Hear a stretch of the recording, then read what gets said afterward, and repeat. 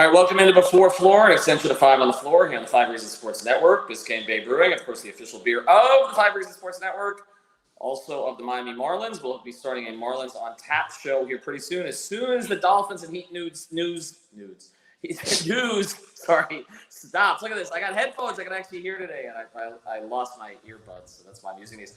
Anyway, Biscayne Bay Brewing, again, the official beer, 5 Reasons Sports Network. Make sure you ask for it in your favorite local restaurant or your Publix, or any of those other locations. They've got a new partnership coming up that I think people who watch this particular broadcast can be very excited about. And they've got a new brew house that is down the street from the arena. Put those two things together. What do you think could possibly be happening? Where do you think we'll have watch parties? What team do you think we'll be watching?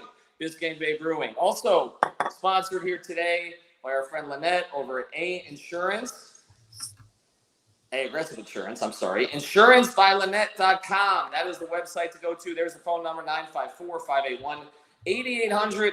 Work with people who support us, fellow Heat fans. We always suggest that. Lynette's a great person. You see her commenting on here all the time. This is an insurance broker agency that's been servicing South Florida for over 15 years. They offer auto insurance, homeowners insurance, condo insurance, life insurance, and also offer retirement programs. They give free notary services to all clients. They represent the leading insurance carriers in South Florida. Even if you have a horrible driving record, you will not be refused. So make sure you check it out. Again, it's Insurance by Lynette.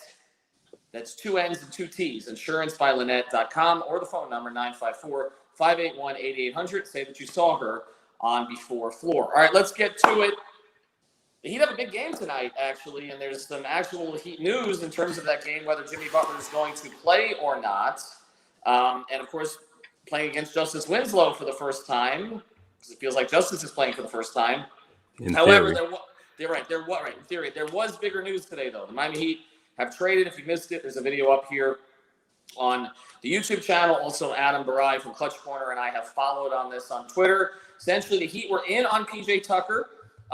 They did not want to part with KZ Okpala. That's pretty much what it came down to. Didn't want to part with KZ Okpala. Both Adam reported that, confirmed it. They just weren't willing to do that in addition to a 2027 pick. And so essentially Tucker goes to Milwaukee. The Heat went in on Ariza. So essentially the Heat got Ariza for nothing, second-round pick, and a contract with Myers Leonard, a player who's not going to play here for them anymore. Let's go around a little bit. Let's talk about how the Heat come back to players that they've liked before. By the way, you can get this shirt on our site at 5reasonsports.com. They come back to guys that they've liked before. Trevor Ariza, they tried to sign him in 2014 when LeBron was leaving. He wanted 4 years. They weren't willing to offer 4 years. Luol Deng ended up taking 3 for $30. I think Ariza got 4 for $32 from Houston. I don't know why that's sticking in my head. But there was always interest. He's down here in Miami all the time. I'll start with you, Brady. Do you like the fit? Yeah, I do. I think the best aspect of it is with Coach Spo. One side of it, as you mentioned, is finding the closers for him to utilize, the 7 closers. But the other aspect, I think, is just throughout the game. He needs flexibility with a roster and a rotation, and that's what he had last year going into the bubble. And I think that was an underrated aspect of why they were so successful, that he was able to utilize different lineups, different things, and adding different flexible, versatile wings like a guy like Trevor Ariza, I think plugs some things. It's a little interesting when you're talking about KZ Okpala finally the other day, and he had his one game, and then now there's some other guys that he's going to be competing once again, but there's another guy that they can plug in different areas. I think when comparing it to the PJ Tucker thing, you want the guy that's a little bit lengthier, that can guard guys. When you're looking at what they're doing now at the 2-2-1 and the 2-3 zone, you want to stick him at top of the 2-3 zone and feel comfortable with it, with the length, covering the 3-point line. So I do think it makes a lot of sense for that. And as Spoelstra mentioned, they've been fond of him for a long time, and they respected not only the way he can plug in defensive schemes, but also the way he can space the floor throughout his career. And he may be available this weekend. He's been going through the protocols, so he could be available for this set with Indiana coming up, which is kind of an important set for them. I'll go to you next on this, Ricky. Ariza was drafted by your New York Knicks way back, actually. He's one of the more successful Knicks draft picks.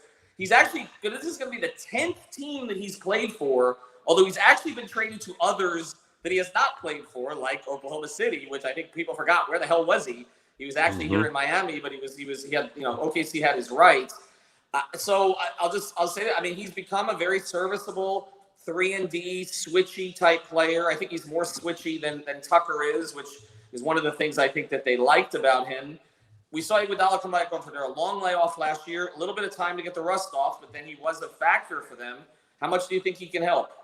I think he can help a great deal. I mean, of course, I'm going to like a guy that was a Knick once, right? But I'm also going to like a guy that was not only a Knick, but a Laker at one point and won a title. Here's the thing. You know what this reminds me of? Heat history seems to repeat itself every decade or so. Quentin Richardson was traded to like 4 different teams or something like that before he ended up in Miami and had that really good 1 year.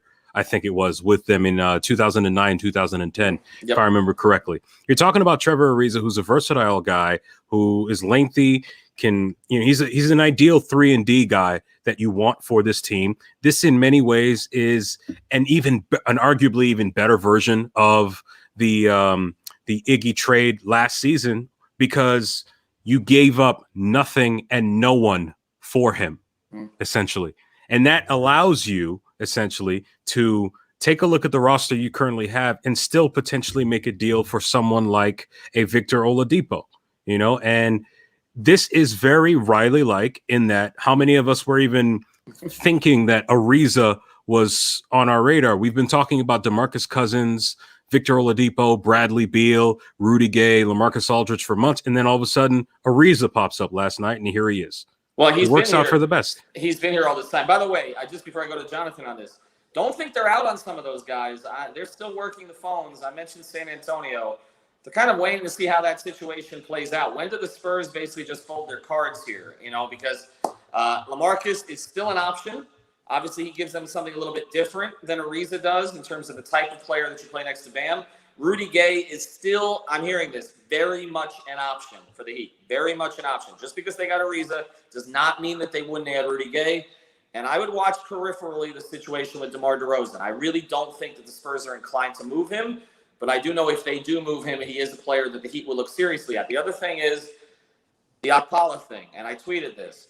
This means that Houston and the Heat have been talking, okay? Considerable conversations, and also they expressed interest in KZ Akpala. What could that mean for Victor Oladipo, right? Because you talk about everybody. When you talk to a team, it's the way that this works is, what do you got? What are you looking at? The way that Dwayne Wade ended up in Miami, back in Miami from Cleveland, was a conversation between Andy Ellisberg and Kobe Altman, where they were talking about other players, and all of a sudden they're going through the list, and Kobe said, well, what about Dwayne? That's how these things happen. So they've been having these conversations. So obviously Houston, and KZ Akpala is on the Rockets' timeline, by the way. If you look at it, they're resetting completely. Jonathan, we talk about the things that this Heat team has needed, and I've talked about closers, right? Options for closers, okay? You've got Bam and Jimmy who are givens, right? You've got Dragic who's going to be there if he's here. You've got Hero who plays every fourth quarter minute. You've got Iguodala. That's 5. Ariza is 6 in my view. Duncan is kind of a maybe guy. Olynyk, a little bit off to the side in that regard, more of a starter than a closer. Do you think they have enough to close now that they've added Ariza?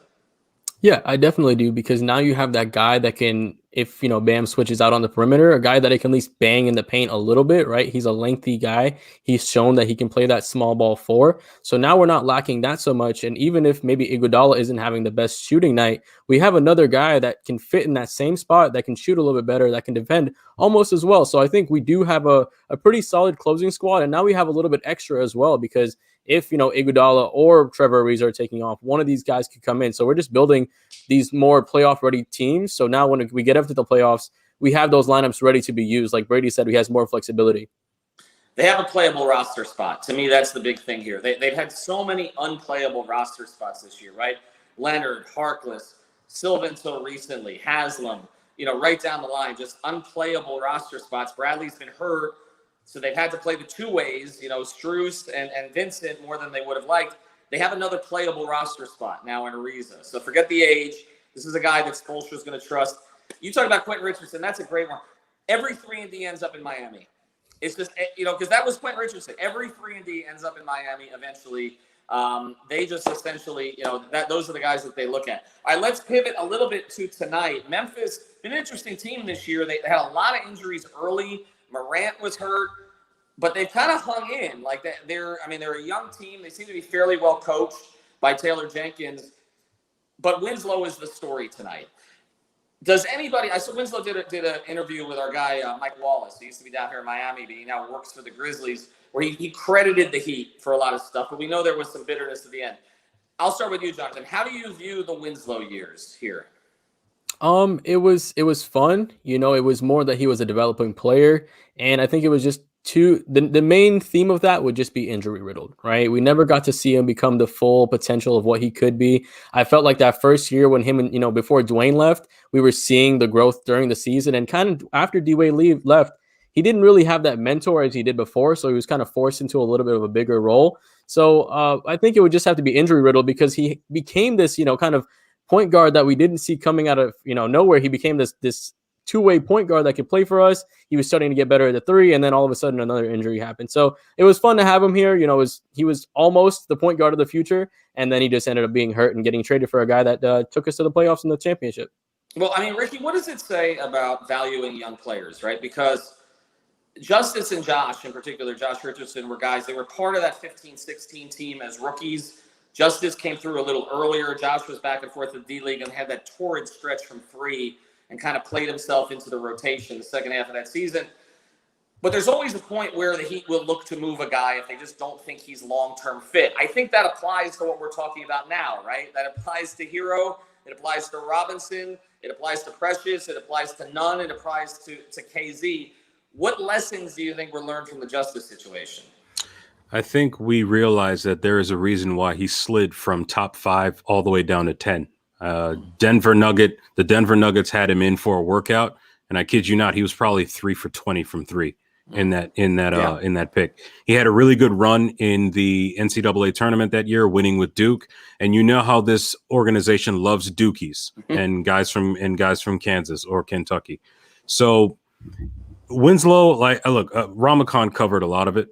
But the thing is with Winslow is that, a lot of the expectations were unmet. He had a lot of burden that came with being the number 10 pick in the draft. If the draft were redrafted today, he probably wouldn't be 10th.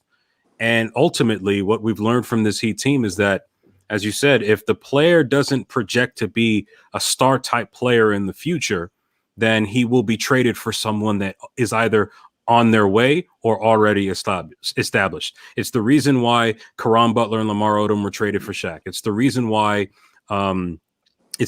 Michael Beasley was traded away for cap space and why they kept Chalmers and UD.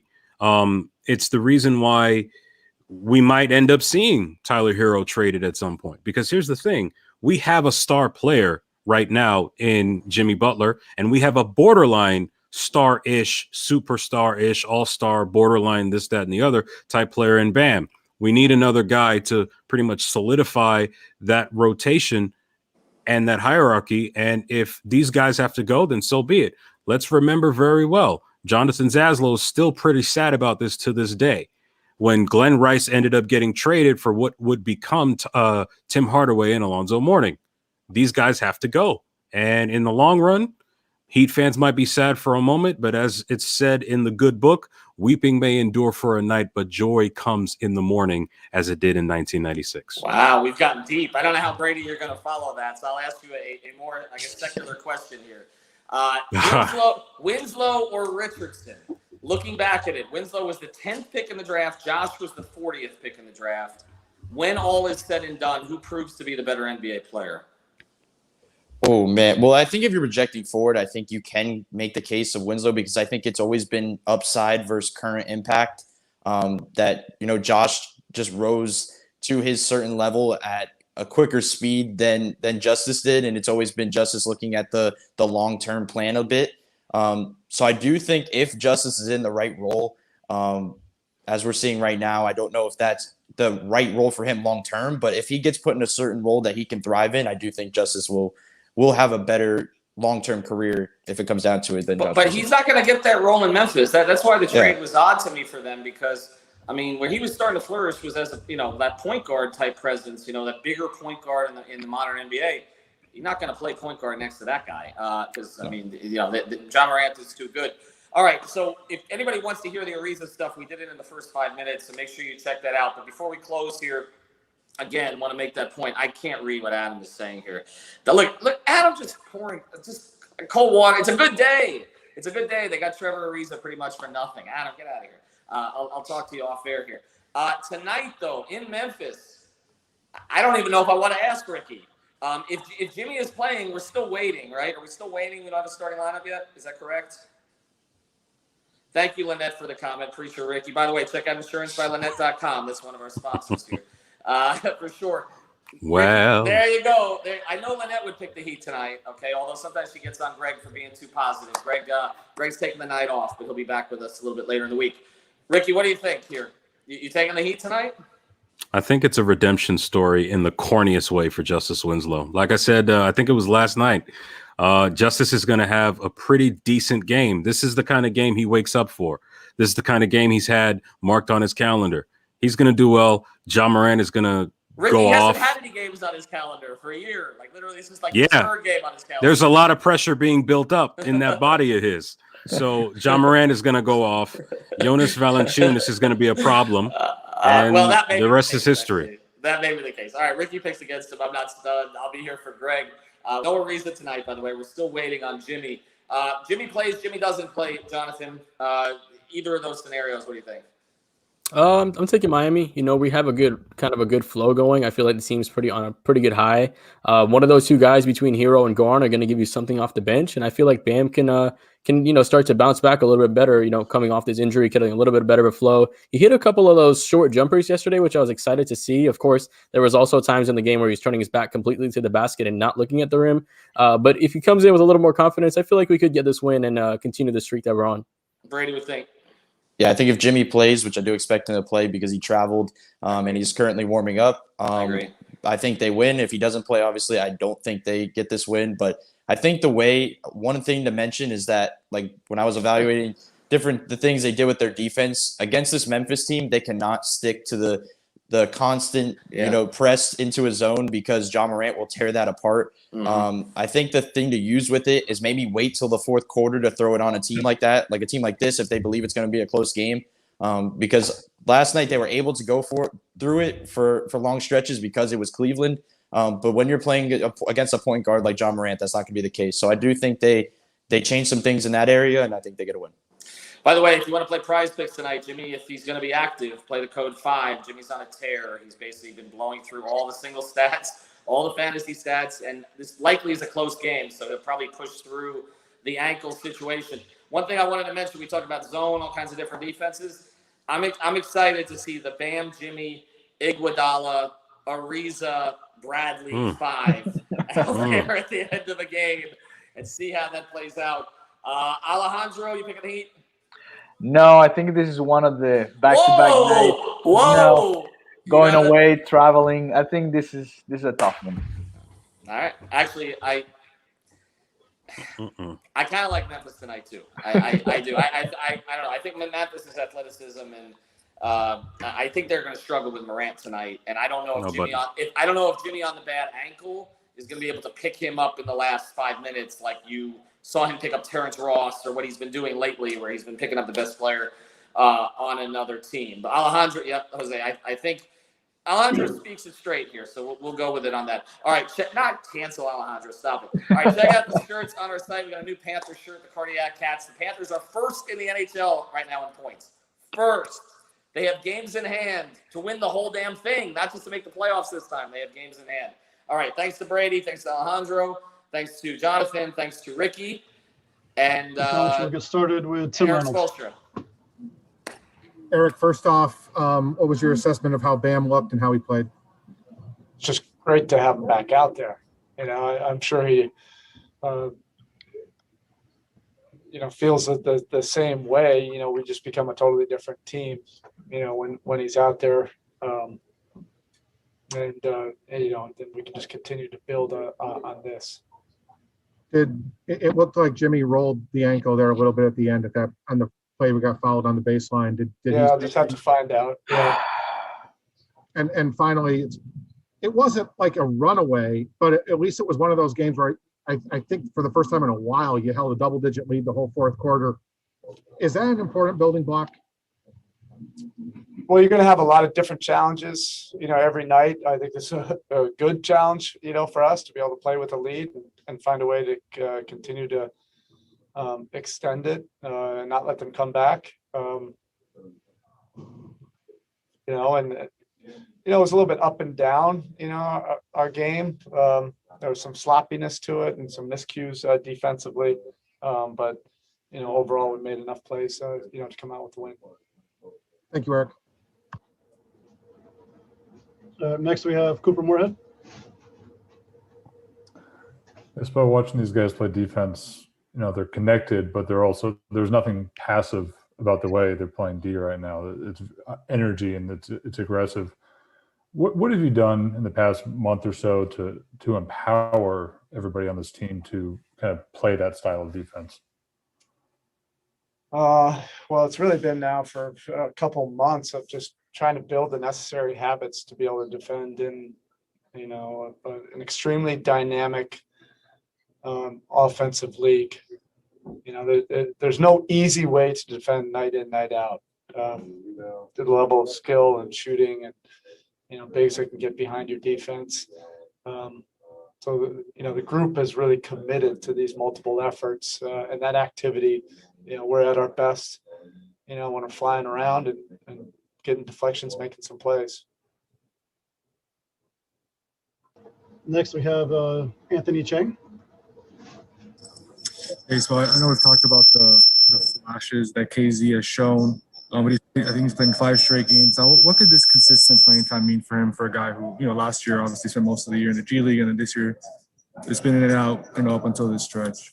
Yeah, I mean, if everything went, it was a normal year and association, everything, he would have had a great summer in summer league, a training camp there, full development, then off-season development, and then flow right into training camp, and then possibly go to the G League, for 10 games and just get as much experience as he possibly could. For all the young players, it hasn't turned out that way. But he's really made the most of what he can, and that's the development behind the scenes, the film sessions, work before and after, just to prepare himself, to be able to produce and be productive out there, when his number is called. And with Bam out, and when we put him in the starting lineup, we were able to do a lot of similar, at least, schemes that we do with Bam, so we could play a familiar way. And he's gotten, a little bit more comfortable and confident with each game. Next, we have Ira Winderman. Eric, Jimmy seems to be the kind of player who feeds off his defense, and he was so active defensively, I guess not only tonight, but really during this recent run. How much does that energy he provide on that end sort of just sync through with everything else you guys are doing? Well, it just fits into, our dynamic. And, the thing about JB is this is who he's always been. He's been the definition of a true two-way player. I think that's, in some ways getting lost, in this league. He can take on big matchups. He can be extremely disruptive. He can build, a rock solid defense, around him in your system. And, the same goes, for Bam. And, Jimmy, we've needed every part of it. And, his two-way play the last several weeks. Thank you, Eric. Next, we have Josh Mosier. Hey, Coach, congrats on the win. Just a fun question. What goes through your head when you hear D Wade announced on the loudspeaker? Shoot, I didn't even hear that. Oh, yeah, just a player from the Cavs, D Wade. We can hear it through the broadcast. Curious if you took note of that at all. Gosh, I don't know. I guess I was locked in. I don't even really know what you're talking about. Oh, all right. Well, I guess as long as I have you, just another question for your team to put together these wins with everything that you've gone through. What's the biggest area of growth that you've seen off the floor that allows this team to be successful on it? Off the floor, I don't know. This has been a unique year for everybody, and I think it's been important to, just try to embrace this season for all the challenges that it presents. If you approach it that way, this is a an exhilarating experience, to do this as a group together. You're going to face a lot of adversity, and when you're able to overcome little mini adversities during the course of the year, you grow closer. Thanks, Coach. All right, thank you, Coach. Okay, thanks. All right, that was Eric Spoelstra a couple of nights ago when they won another one of the games, the Miami Heat against the Cleveland Cavaliers, once again beating the Cavaliers. Now let's listen to Kelly Olynyk, who also had a good game that night, and then we're going to listen to Precious Achiuwa, who had a long sit down today with the media before the game that they're going to play at Memphis tonight. So let's go ahead and listen first to Kelly Olynyk.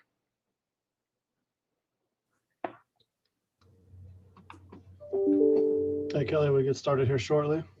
All right. And we'll start with Ira Winderman.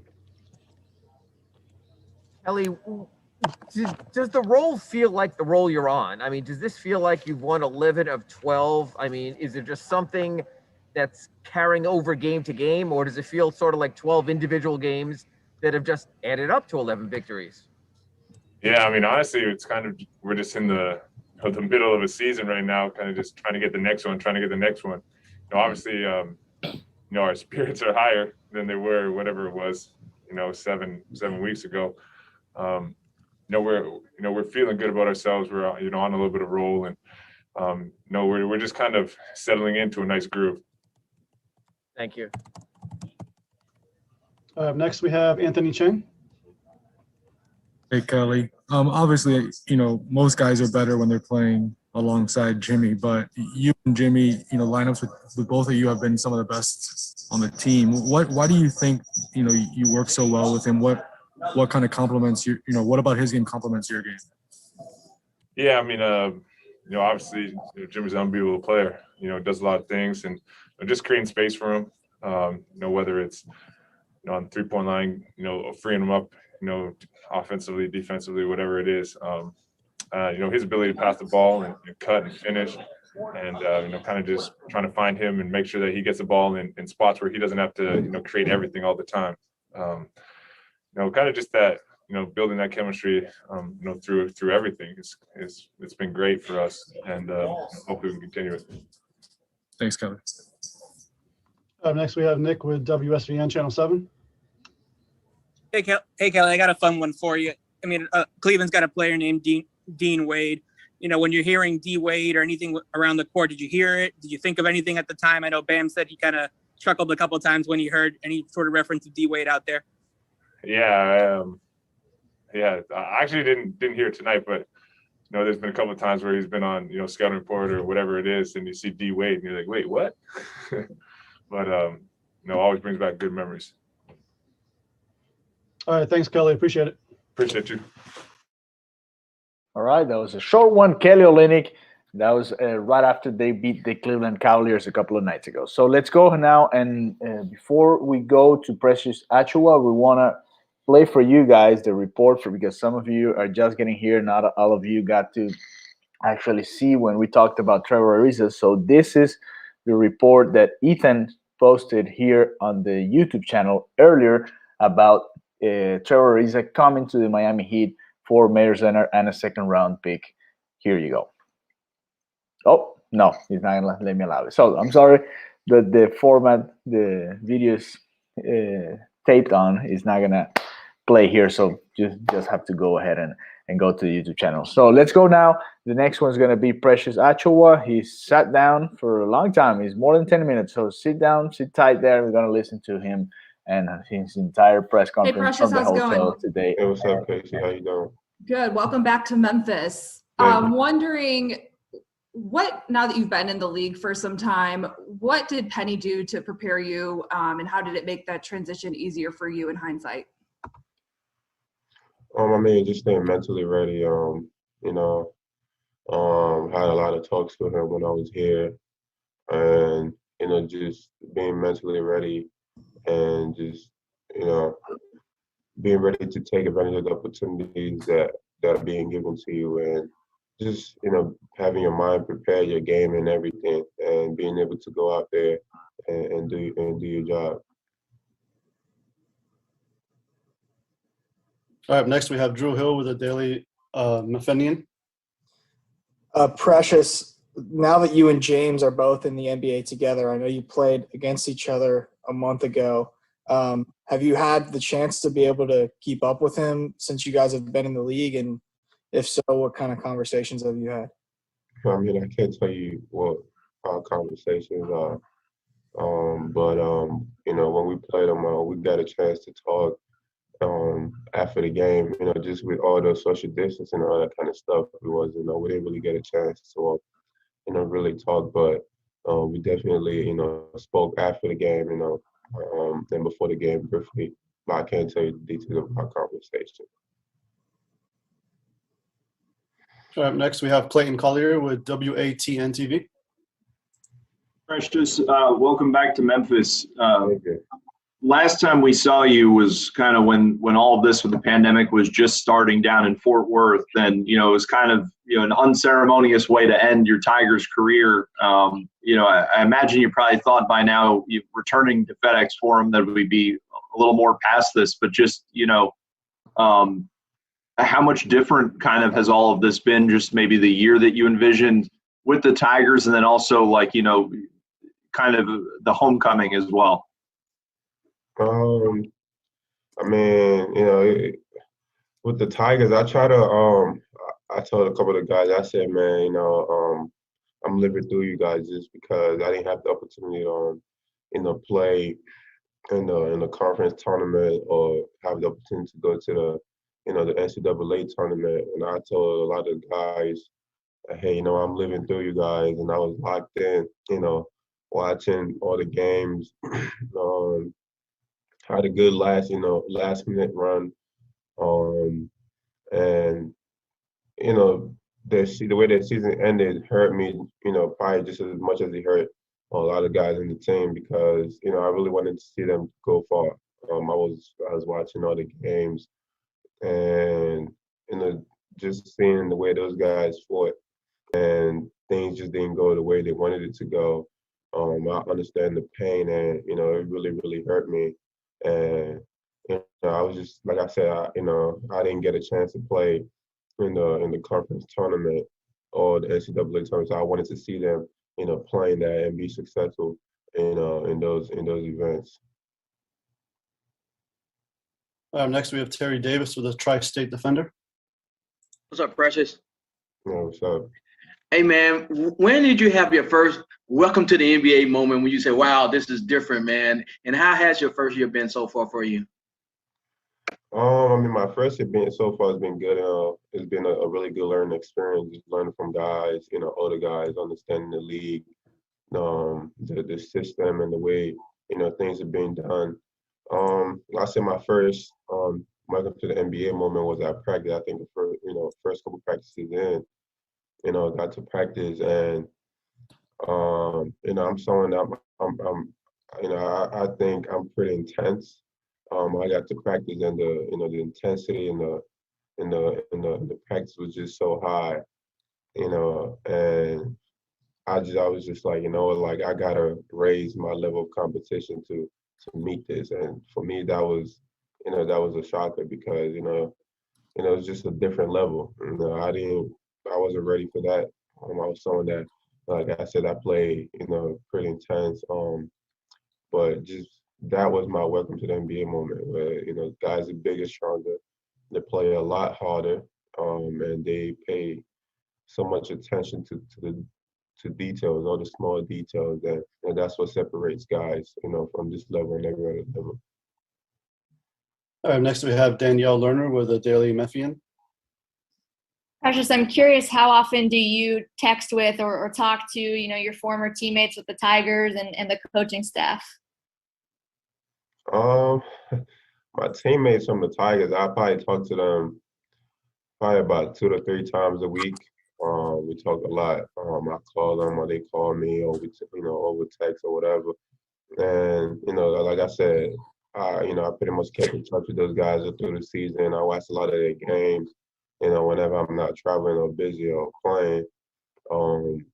And like I said, those guys, I was living through them, and I wanted to see them be successful because I didn't get the opportunity to, do that. And those guys are my brothers, man. Went through a lot, last year, a lot of up and downs, and it's just really difficult for me to just move on and just forget about those guys. We went through a lot of battles and all that kind of stuff. So definitely kept in touch with them, kept in contact, and we talked a lot. Not just basketball, just a lot of things. Different things. Do you have a prediction for the NIT game against Dayton on Saturday? Oh, yeah, we're gonna kick their butt. Easy. All right, next up we have Sean Coleman with the Locked On Podcast. Precious, first off, welcome back to Memphis. And secondly, I wanted to say the Heat have stepped up the defensive impact, since Valentine's Day. Okay, I'm going to interrupt here, Precious Achiuwa, a little bit, just to tell you guys that this is the starting five for the Miami Heat tonight. Kendrick Nunn, Duncan Robinson, Jimmy Butler, Kelly Olynyk, and Bam Adebayo. So same lineup they used a couple of nights ago against the Cleveland Cavaliers. Kendrick Nunn, Duncan Robinson, Jimmy Butler, Kelly Olynyk, and Bam Adebayo. So that's going to be the starting lineup tonight. Let's keep listening to Precious Achiuwa coming back to Memphis. I know that was a calling card of your game coming to the NBA. Just your development as a defensive player, especially being around, Heat culture, Jimmy Butler, Bam Adebayo. How have you seen your defensive game develop in your first year? I think it's developed. Just mainly just learning the schemes, understanding the schemes. Like I said, the different levels, a different style of play, different type of players. Guys are way smarter at this level than they are in college. So I just have to just learn, guys' tendencies and stuff like that. You really have to pay attention to the film, learn guys' tendencies, what they like to do, their moves, their counters, all that kind of stuff. And teams, tendencies on offense, and you able to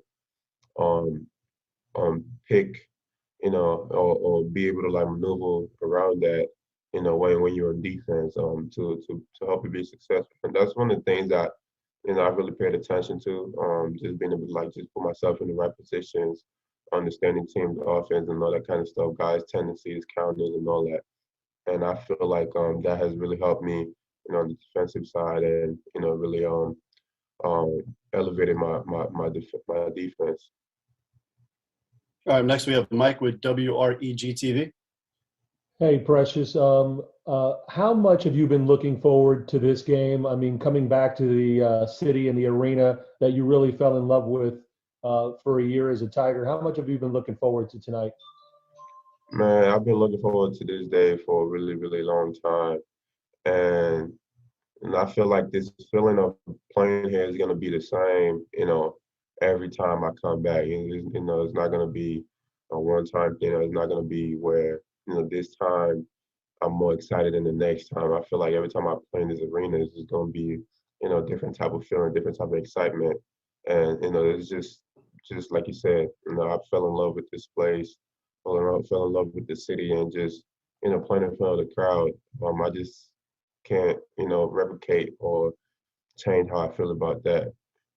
For you, you had ebbs and flows with your playing time, part of kind of learning the game. How have you dealt with that in terms of, how you're learning to play and how you fit in with this Heat team on a different night? You may play more than on other nights.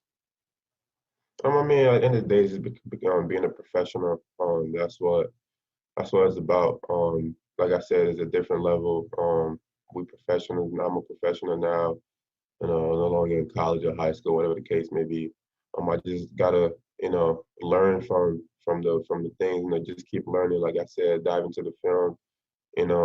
Advancing my game and just finding ways to add to my game and all that kind of stuff.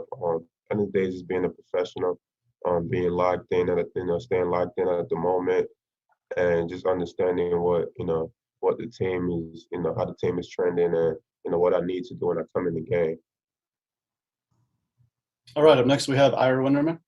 Precious, just to follow up on that question, are nights like last night's shocks to you when you don't get in the game? Does coach talk to you ahead of time and saying the way the rotation sets up with Bam being back, there might not be minutes? What's it like to sort of sit there and go through a game like that?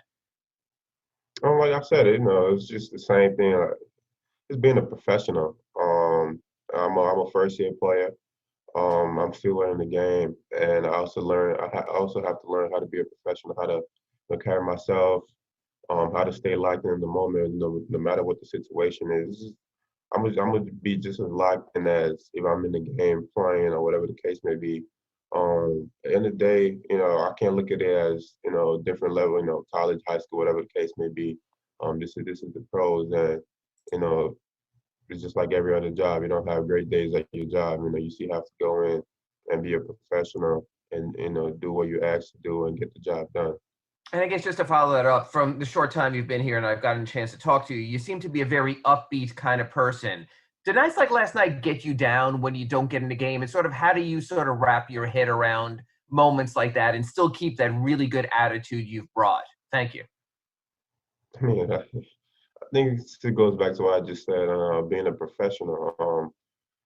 If you learn how to be a professional, or if you go in and do your job, or stay locked in the moment, no matter if you go in the game or not, I don't think anything's gonna bring you down. That's all on you. You just gotta stay ready, and just you never know what the moment is gonna present to you. And it's just being a professional. You can't let nothing bring you down or anything bring you to. I'm not really a too high or too low kind of person. But at the end of the day, it's just being a professional. Just handling your job, handling your business, and make sure you're getting the job done. Next, we have Anthony Chen. Hey, Precious. To kind of follow up on Ira's question there, you talk about this season being a learning experience for you. What's been the biggest on-court lesson you've learned this year, or maybe especially over the past few weeks as you've seen kind of the role fluctuate a little bit? And what do you think, I guess, is the way for you to get consistent playing time again? I mean, at the end of the day, I think it's trust. Trust in your teammates, coaching staff, and everybody around. Just being, like I said, sometimes that we play teams where, there's matchups and all that kind of stuff, or a guy might be having a good run. And that dude, whoever that person is, needs to play more. And it's just the way it is. Like I said, it's the pros. It's a job. It's a professional job right now. And if someone is playing really good, then we're just gonna, we're gonna ride the guy. We're gonna keep going with him as long as everything positive is going on. And whoever is not getting as much minutes as they thought they should be getting, or whatever the case may be, should stay ready. That's just what comes with being a professional. It's not college. Nobody has time to worry about how you feel and all that kind of stuff. You just got to stay ready. Thanks, Precious. All right, that's it. Thank you, Precious. Appreciate you. Thank you. All right, that was Precious Achiuwa coming back to Memphis, his alma mater, where he was signed from the Miami Heat. So he's not going to be the starting lineup. The starting lineup, as we said earlier, is Kendrick Nunn, Duncan Robinson, Jimmy Butler, Kelly Olynyk, and Bam Adebayo. That's going to be the starting five for the Miami Heat tonight against the Memphis Grizzlies. So, yes, Jimmy is playing tonight. Trevor Ariza is not available, but he probably will on the weekend. So we'll have to wait for him. Maybe against the Indiana Pacers on Friday or on Sunday, he will be available. And yes, Precious Achiuwa is very focused. So thank you very much for joining us today in the pregame show. We'll be back as soon as the game's over for the postgame show, the Post Up here on 5 Reasons, hosted by Roll Shepherd. So thank you very much. Have a good one. Enjoy the game. And we will see you soon here in the 5 Reasons YouTube channel. Have a good one.